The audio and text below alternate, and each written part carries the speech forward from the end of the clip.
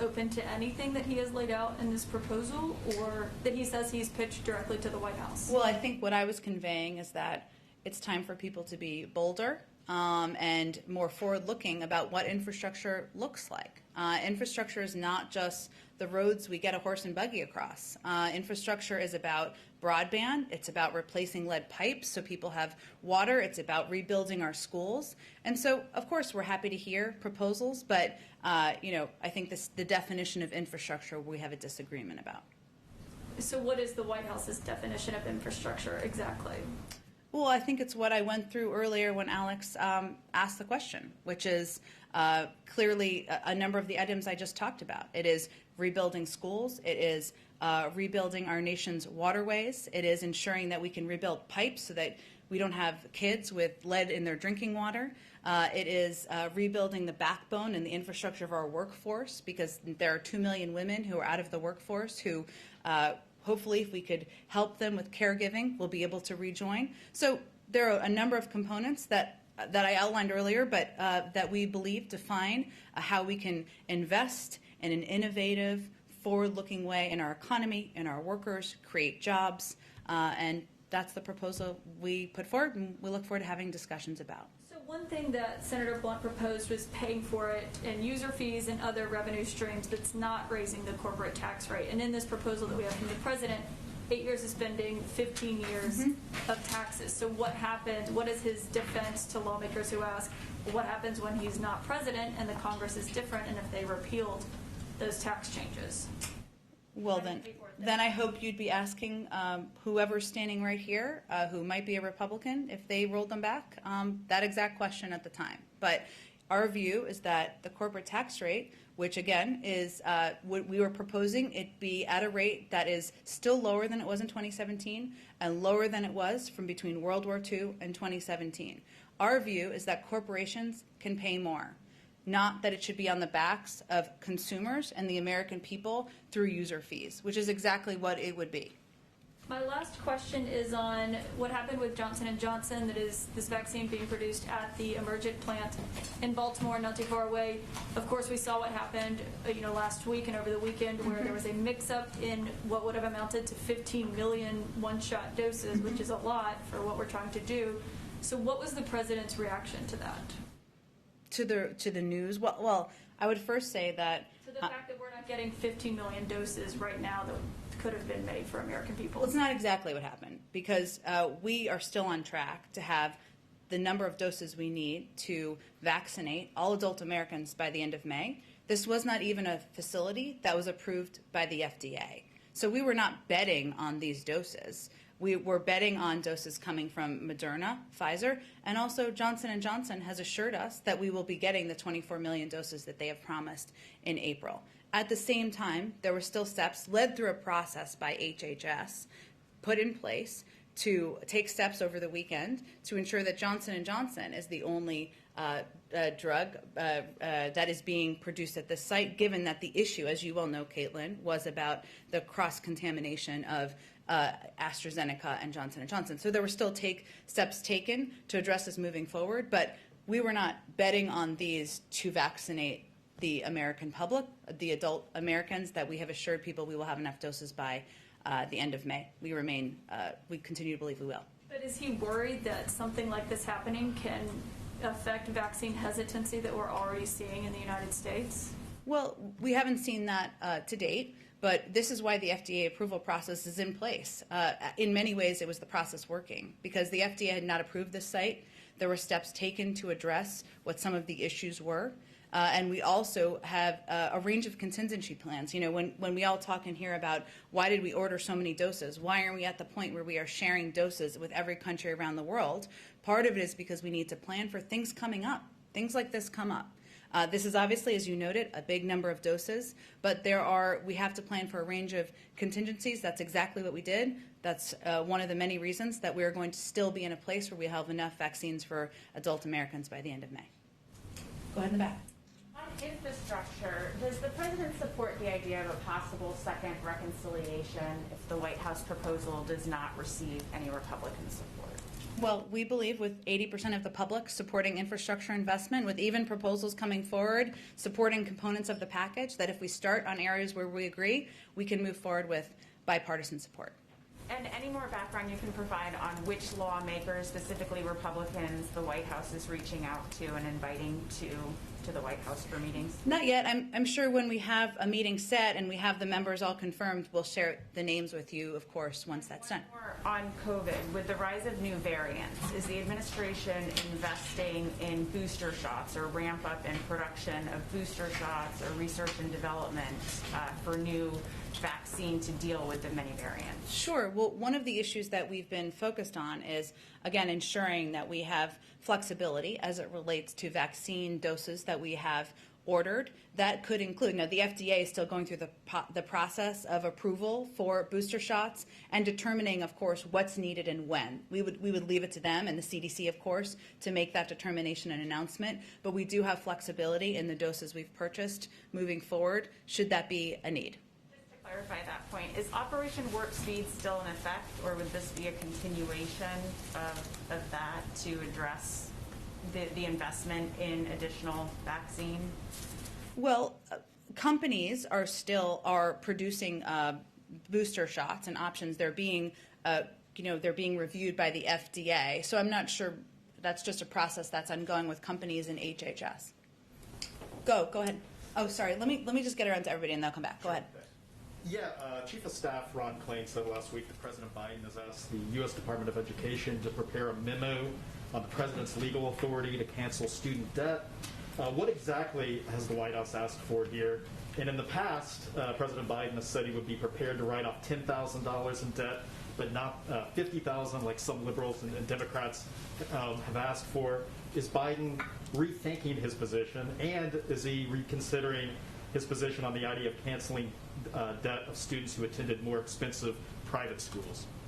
Well, first, he continues to look forward to, he'd welcome a bill passed by Congress, I should say, to cancel $10,000 in student debt, and he'd be happily sign that. I think that would naturally be the first step before it's a larger amount beyond there.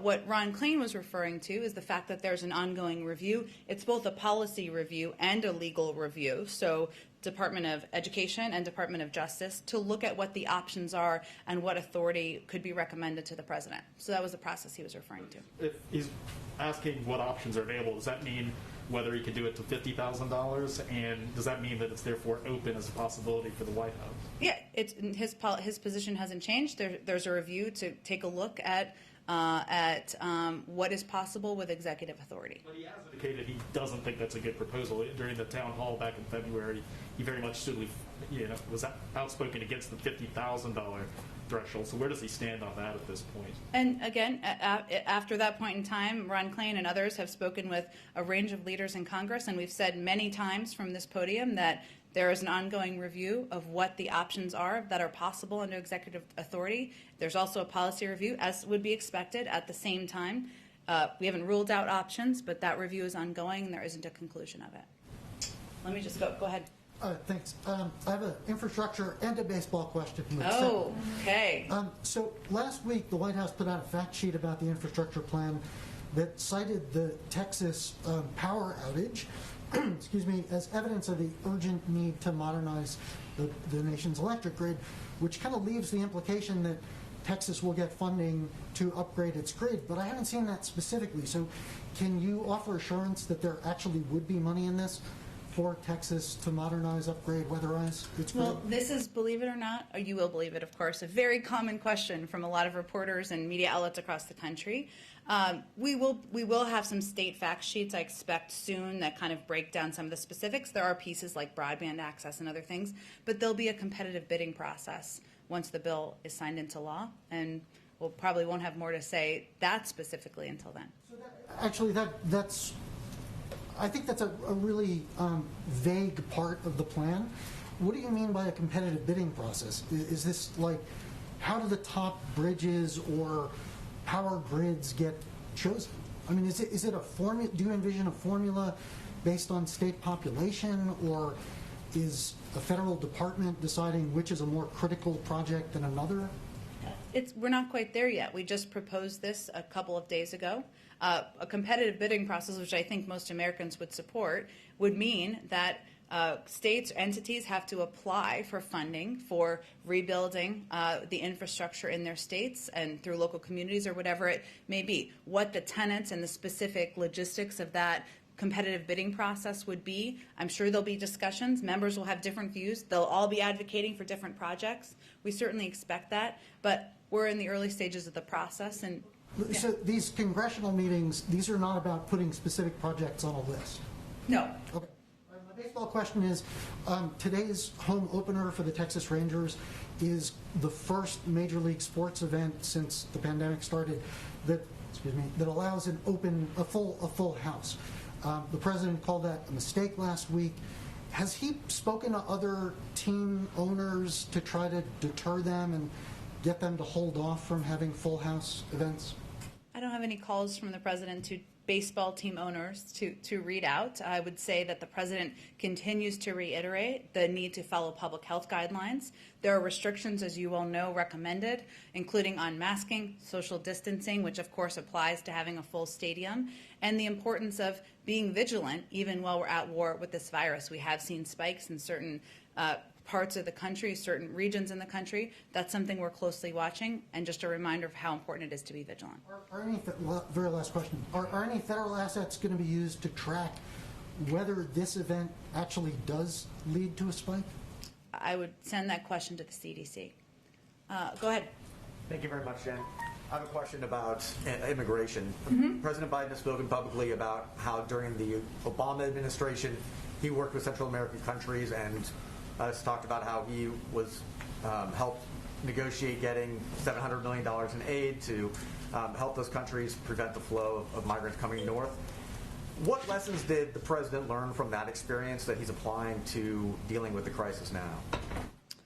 Well, I think one of the reasons the president asked, and tell me if this is answering your question, but one of the reasons the president asked his vice president to play a similar role that he played is because he recognizes that unless we address the root causes in these countries, unless we disincentivize young people, families leaving these countries, we improve the economic conditions, we create spaces for them to be in these countries that avoids the corruption that is in place in many of the governments, we will continue to go through cycle after cycle. Some of these programs, and obviously the funding was not advanced during the last administration, and some of the programs were reversed. So his experience impacts him and affects him because he knows we need to address the current challenges we're having at the border. Those are immediate. But in order to address it longer term, we need to address the root causes in the countries. Is his expectation snapping back the funding that was cut during the Trump administration?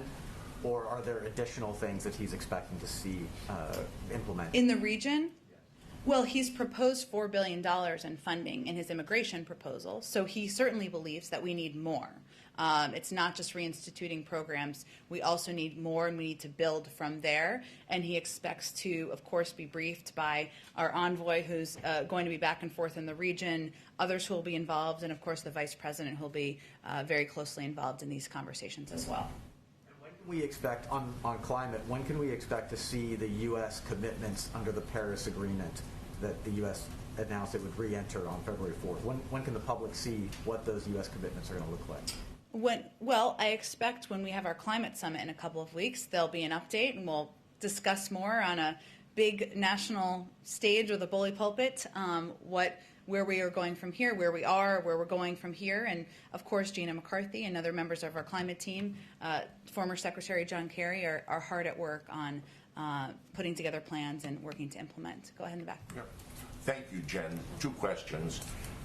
First, in response to Kelly's question earlier, he reiterated the U.S.'s strong support for Jordan and for King Abdullah as a strong ally. Now, the reports about the arrest of the deposed Crown Prince and 20 others are now 24 hours old. Has the president made any calls to the king and Amman reiterating that support? I don't have any calls to read out. What I tried to convey to Kelly was that those calls or those engagements would likely happen out of the State Department at this point in time. All right. The other thing on the infrastructure package, there is a private memo that's being circulated in the business community, and to some Republican senators that said that the $2.25 trillion price tag is $1 trillion off, and that there's many things in there that were omitted in the initial discussion of the bill, notably the $300 billion energy tax credit, the $100 billion for the Green Bank, and that these things would add $1 trillion to it. This is being circulated on the Hill. Do you have any response to the charge that the president lowballed the price tag on the infrastructure bill? Sounds mysterious, the memo, the secret memo. Are you saying, just so I understand your question, are you saying there are things the president didn't put in his proposal people think he's going to add to his proposal? No, there's things there that somebody went through it or is claiming to have gone through it and added it up and came up with $1 trillion more than the president listed as the price tag. So it is actually $3.25 trillion as opposed to... We laid out very specifically each component of the package and how much we're proposing. So I would encourage you all to get your calculators out and charge that up and see how it compares to the secret memo. Oh, wait, go ahead in the back, and then we can come back around to the front. Go ahead. Thank you, Jen. The CDC updated the COVID-related travel guidance last Friday. Yep. Is the administration considering losing some international travel restrictions? I don't have anything to predict on that front. Obviously, that would be done by our health and medical experts, and we would refer to them for any timeline on the guidelines. Will you accept other vaccines that are approved by other countries that's not approved by FDA yet? Will we accept them here in the United States? Yeah, as like qualified vaccines. I may not be totally understanding your question. We have ordered supply from the 3 vaccines that have been approved by the FDA. That's what we're focused on distributing to the American public. So I would anticipate we continue to focus on the vaccines that are FDA approved. Go ahead, you've been very patient. Thanks. I just have a question that's a follow-up to Caitlin's question Okay. on Emergent. Sure. And that's about what does it mean now that J&J is sort of taking over that facility wholesale? What does that mean for the AstraZeneca vaccine? And will it affect their ability to manufacture here in the United States, or that production domestically now shrink? Well, first, we're working with AstraZeneca to immediately identify other facilities to continue their domestic manufacture of AstraZeneca drug substance, and several options are under consideration. As you know, it hasn't been approved, AstraZeneca, through the FDA yet. Johnson & Johnson has, hence the importance of Johnson & Johnson production continuing to be expedited. Thanks. Sure. Go ahead. So a small question, just trying to make certain I understand where you are with taxation on the individual level. On Friday, in the president's remarks in the state dining room, he said it won't raise a penny tax on a family making less than $400,000 a year. Last week, there were some questions about this. You also included individuals. So is it families, joint filers, individuals? Is that threshold determined? It is. He will not raise taxes on any individual or family making more than $400,000 a year. We expect there'll be more specifics on what he's proposing, some of the things that he's talked about on the campaign trail as it relates to individuals as we get closer to the rollout of the families plan. Go ahead. Is that me? That's you. Got it. Thank you. And then, a quick one. So, in California, as the school districts decide how to reopen, the United Teachers of Los Angeles Union, their members are asking for free child care for their own kids, for the teachers' kids to go back. Does the White House think that that is something that they should get? I would point you to the state of California and the local school districts to have those discussions. And then just one more quick one on Georgia to put a bow on it.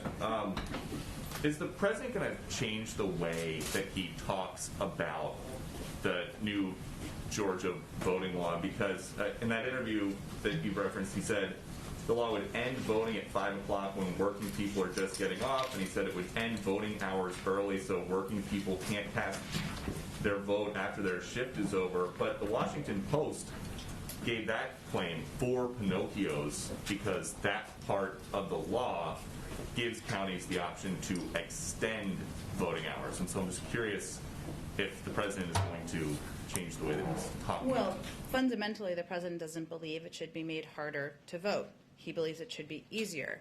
And this bill makes it harder to request and return an absentee ballot. It collapses the length of Georgia's runoff election, making it harder for large jurisdictions to offer early voting. It imposes rigid new restrictions on local officials' ability to set polling hours to suit the needs of voters in their county. Those are all pieces of the bill. So his view is that we need to make it easier and not harder to vote, and that will continue to be what he advocates for. But the thing he said has been determined by election law experts to be not true. So I'm just curious if he's going to stop saying that. Well, again, I think we can, the fact checkers will also tell you that this bill does not make it easier for people across the state of Georgia to vote, and that's where he has concerns. Go ahead. Yeah. Semiconductors, you've got this April 12th meeting coming up with senior officials, but also from industry.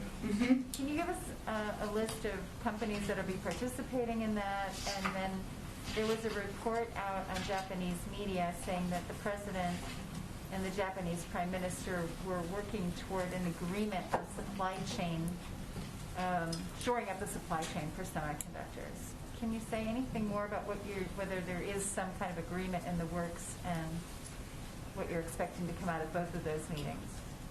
Well, first, I expect when we get closer to the meeting, we will have, and we have a confirmed list of participants. We will share the list of companies and participants with you, but probably not until we get much closer to that actual meeting. As it relates to Japan, as we've made clear, the U.S.-Japan alliance is a cornerstone of peace, security, and prosperity in the region, and that is one of the reasons why we're working to deepen our close coordination across a variety of areas, including supply chains, as Secretary of State Blinken discussed with his counterpart last month. But in terms of specifics of those discussions and what's possible in the future, I just don't have anything to preview for you at this point in time.